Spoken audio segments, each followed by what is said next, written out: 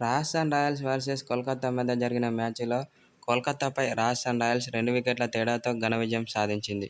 అయితే ఈ మ్యాచ్లో తొలుత బ్యాటింగ్ చేసిన కోల్కతా నిర్ణీత 20 ఓవర్లలో 6 వికెట్లు కోల్పోయి 223 పరుగులు చేసింది. అనంతరం లక్ష్య ఛేదనలో బ్యాటింగ్ చేసిన రాజస్థాన్ రాయల్స్ నిర్ణీత 20 ఓవర్లలో 8 వికెట్లు కోల్పోయి 224 పరుగులు చేసి లక్ష్యాన్ని ఛేదించేసింది. అయితే ఈ మ్యాచ్లో కోల్కతా ఆటగాడైన సునీల్ నారాయణ్ చాలా అద్భుతమైన సెంచరీతో రాణించాడు. 56 బంతుల్లో 109 పరుగులు చేశాడు. అందులో 13 ఫోర్లు, 6 సిక్స్లు ఉన్నాయి.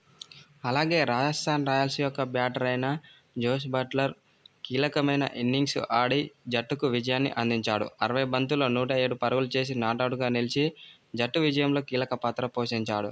అతని యొక్క ఇన్నింగ్స్లో 9 ఫోర్లు, 6 సిక్స్లు ఉన్నాయి.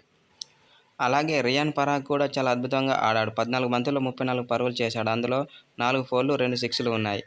వీరిద్దరూ చివరిలో చాలా అద్భుతంగా ఆడి రాజస్థాన్ రాయల్స్కు విజయాన్ని అందించారు. అయితే వీరిపై టీమిండియా కెప్టెన్ రోహిత్ శర్మ కీలక వ్యాఖ్యలు చేశాడు.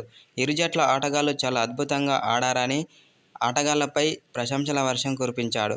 ముఖ్యంగా జోస్ బట్లర్, సునీల్ నారాయణ్పై ప్రశంసల వర్షం కురిపించిన రోహిత్ శర్మ. అయితే ఈ విషయాన్ని ఓ సోషల్ మీడియా ద్వారా పేర్కొన్న టీమిండియా కెప్టెన్ రోహిత్ శర్మ